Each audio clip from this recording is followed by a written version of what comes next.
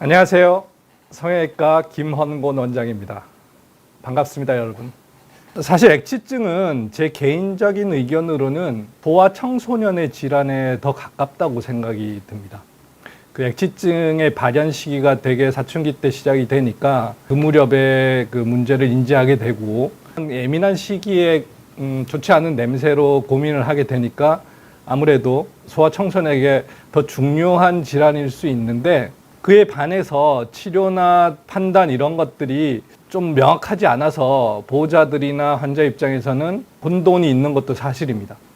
오늘 제 강의는 그런 우리 그 액취증 치료에 대한 전반적인 내용보다도 소아 청소년에게 어떤 관점으로 이 병을 접근해야 될지에 대한 이야기를 중점적으로 이야기하려고 합니다. 진피 속에는 여러 가지 땀샘, 비지선, 모공 이런 피부 부속기라고 이야기하는 기관들이 있는데요. 그 중에서 이 에크린선 또 좀 아래쪽에 에퍼크라인선 이 두 가지가 액취증과 관련된 이제 땀샘이죠. 에크린선은 사실 액취증하고 무관하긴 한데 우리가 흔히 흘리는 땀, 물이죠. 땀을 흘리는 그런 조직이 에크린선이고 액취증의 원인이 되는 분비물은 이 에퍼크라인선에서 분비가 됩니다. 사실 에퍼크라인선은 이렇게 피하지방층에 붕붕 떠 있다기보다는 진피층의 아래쪽에 좀 붙어 있는 고드름처럼 이렇게 붙어 있는 형태로 존재를 합니다. 그래야지 피부에 속해 있는 피부 부속기가 되겠죠.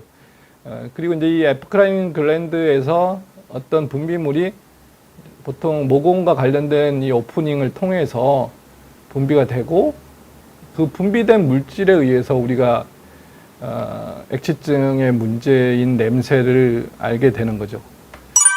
그 액취증에서 나온 땀샘, 그 아포크라인 땀샘에서 나온 그 분비물 자체는 냄새가 나지 않습니다.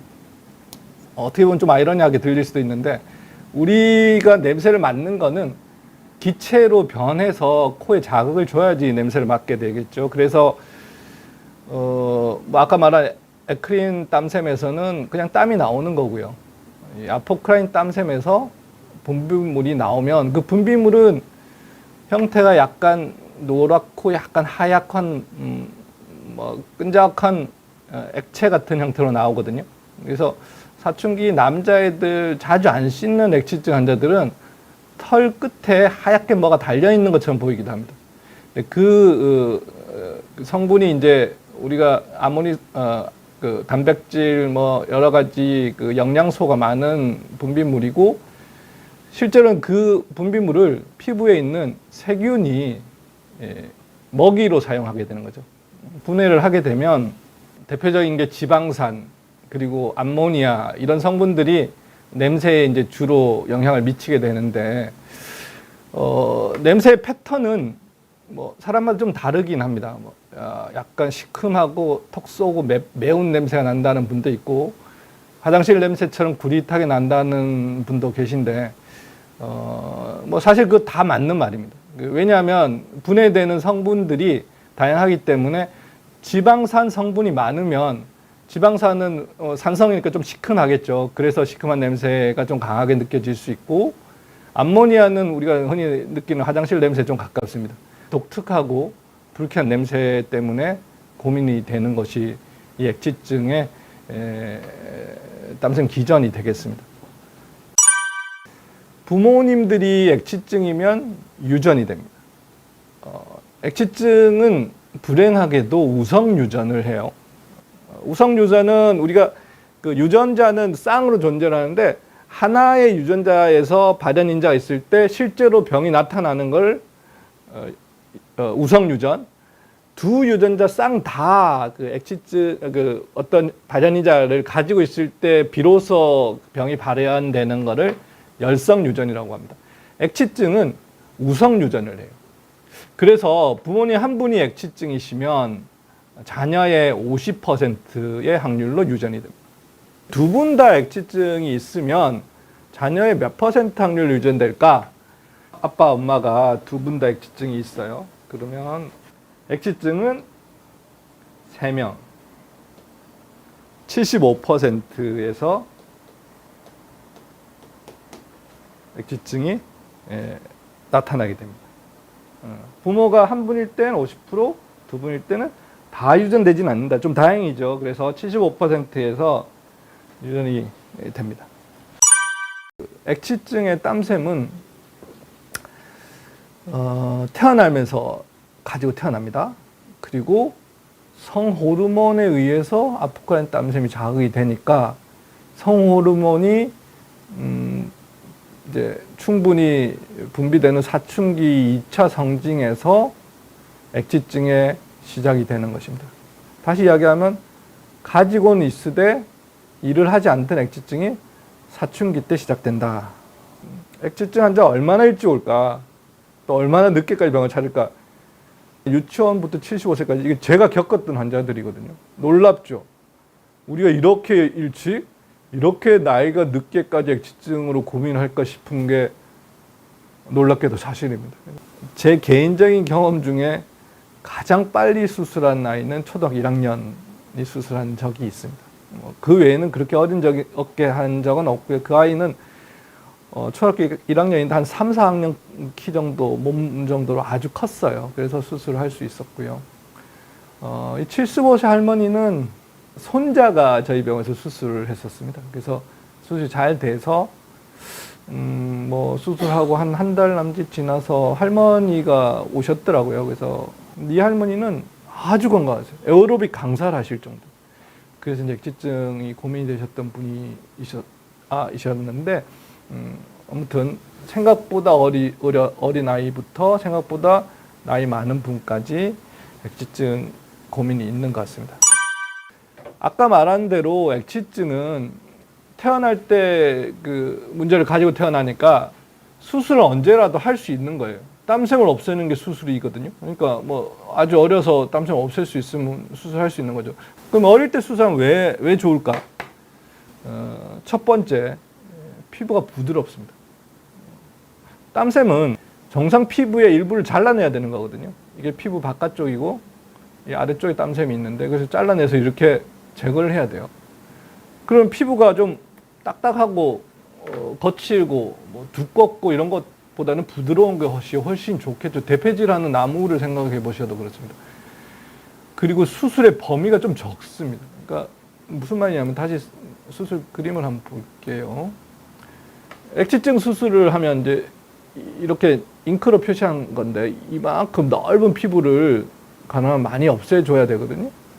근데 아무래도 체격이 좀 작고 뭐 패턴 자체가 어른보다는 뭐 크게 좀 작겠죠.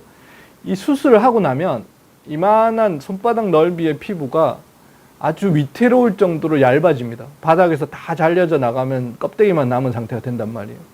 근데 이게 좀 좁으면 조금 더 많이 제거를 해도 피부가 안전해요. 예, 그러니까 피부 범위가 좁은 것이 좀 유리하고요. 모낭이 방해졌고 아직 모낭이 커져 있는 상태가 아니니까 모낭이 이제 보면 우리가 뭐 이렇게 땅을 고를 때 돌멩이 같은 게 툭툭 튀어나오면 작업하기 좀 불편하잖아요. 모낭이 있으면 좀 방해가 됩니다. 모낭이 없을수록 제거하기 훨씬 수월한데 소아일 때 모낭이 방해가 적고 이 4번이 아주 중요합니다. 그 데오도란트나 면도 같은 거를 하게 되죠. 특히 뭐 한 고등학생들 그 여학생들이 이제 액취증 때문에 와서 보면 여지없이 데오도란트 아주 많이 썼고 면도도 굉장히 열심히 하고 옵니다. 근데 그게 이제 한두 번은 문제가 아닌데 5년, 10년 쌓이면 피부에 손상이 생겨요. 겨드랑이는 얼굴처럼 더 섬세하게 면도하기 좀 어렵거든요. 그러다 보면 손상이 생기고 이 데오도란트를 오래 쓰신 분들 중에 피가 좀 까매졌다는 분들이 있어요. 근데 그 까매진 피부의 이유가 피부 손상 때문에 그렇습니다. 우리가 PIH라고 피부가 손상을 받으면 피가 까매져요. 어릴 때 뭐 넘어져서 까졌다, 찢어지진 않아도 까져서 이제 진물이 나오고 그러면 그 상처가 나중에 나오면서 좀 까매집니다. 그게 이제 피부 손상이 되면 우리 면역 반응으로 피부를 보호하기 위해서 착색이 생기는 건데 데오도란트가 피부를 자꾸 손상을 시키면 좀 까매지는 현상이 생기죠. 그리고 피부염들이 반복되면서 피부가 좀 두꺼워질 수도 있고 뭐 그래서 이런 것들이 이제 어리면 좀 적겠죠. 아무래도 어릴 때 오면 써도 몇 년 안 되거나 며칠 안 될 수 있으니까. 그리고 이제 정서적인 문제, 소아일 때 액지증이 이제 생기면 굉장히 힘들어하는 분들도 가끔 있거든요. 그 고민이 생기기 전에 미리 수술을 해주는 것이 좀 환자한테 뭐 아예 그냥 난 액지증이라는 사실을 잊고 지낼 수도 있는 그런 수술이 될 수도 있거든요. 예, 그렇습니다. 단점도 있겠죠. 아무래도 수술을 너무 어릴 때 하면 아무래도 자기 수술을 왜 하는지 모르고 수술하면 안 됩니다. 그러면 평생의 트라우마가 될 수도 있고 부모님하고 이제 사이도 안 좋아질 수 있고 해서 저는 내가 액지증을 해야 된다는 사실은 적어도 알아야 되는 나이는 필요하다고 생각이 들고요. 또 수술에 대한 두려움이 크면 수술이 잘 안 돼요. 그러니까 환자가 막 수술장에 들어가길 두려워할 정도로 힘들어하는 환자들은 사실 수술할 수 없습니다. 너무 어리면 그럴 수 있거든요. 저도 어릴 때 한 초등학교 6학년 때까지 병원 가는 걸 굉장히 무서워했어요. 사실 제가 이제 뭐 치과 이런데 진짜 막 엄청 겁을 많이 냈었는데 그런 사람이 의사가 됐습니다. 예, 그래서 그렇고 또 수술 시 협조도 잘 안 될 수 있겠죠. 이제 그러면 수술이 어렵습니다. 4번도 중요합니다. 그러니까 액지증의 수술은 뭐 어쨌든 작은 칼을 쓰긴 하지만 어느 정도 크기는 있죠. 근데 체격이 너무 작으면 그 기구를 운용하기 힘듭니다. 너무 어려서 체격이 너무 작으면 저는 수술하는 건 좀 반대하는 편이고요. 체격은 최소한 30kg에서 35kg 정도는 나가야 됩니다. 되게 이제 그 정도가 되면 평범한 나이대로 쳤을 때 한 초등학교 4학년 정도 되거든요. 그리고 5번도 굉장히 중요합니다. 수술 후에는 이 상처의 회복, 그러니까 액지증의 수술은 저는 항상 있는데 수술이 반이고 회복이 반이라고 이야기하거든요. 상처가 안 나온 만큼 이제 흉터가 남게 됩니다. 그러니까 팔을 좀 안 써야 되고 조심해야 되고 이런 이제 충분한 회복에 이제 환자의 도움이 필요한데 너무 어리면 사실 이 수술이 아프진 않아요. 그러다 보면 주의를 하지 않아요. 막 수술 끝났는데 팔 막 쓰고 유튜브 보고 있고 이런 애들이 있거든요. 그래서 어릴 때 이제 이런 문제들은 단점이 되겠습니다. 어릴 때 수술하면 액지증이 재발한다. 이건 틀린 이야기. 소아를 수술한다고 해서 재발이 많아지지 않습니다. 제 개인적인 결론은 빠를수록 좋습니다. 아까 말한 단점보다는 장점이 훨씬 많죠. 그리고 이 수술은 여러 번 할 수 없어요. 모든 수술이 그렇죠. 액지증 수술이 아니라 뭐 쌍꺼풀을 하는데 2번, 3번 하기를 원하는 환자들은 없습니다. 액지증은 소아일 때 완치율이 더 높습니다. 아까 말한 부드러운 피부, 데오드란트를 쓰지 않아서 나빠지지 않는 조건들, 그래서 빠를수록 좋다. 하지만 이 빠른다는 것이 모든 소아에서 반드시 해야 된다고 이해하는 건 또 잘못됐다고 생각이 듭니다. 그러니까 환자와 보호자 또 수술한 선생님이 충분히 대화를 하고 수술할 그 조건이 무르익었다면 조금 더 일찍 수술하는 것도 한편으로서는 좀 중요하지 않을까라고 생각합니다. 소아청소년에서 액지증 수술이 재발이다. 이런 낭설은 적어도 오늘 강의를 통해서 사라졌으면 하는 제 바람이 있습니다. 저희 강의를 들어주신 많은 시청자 여러분 감사드립니다. 이상으로 제 강의를 마치겠습니다. 감사합니다.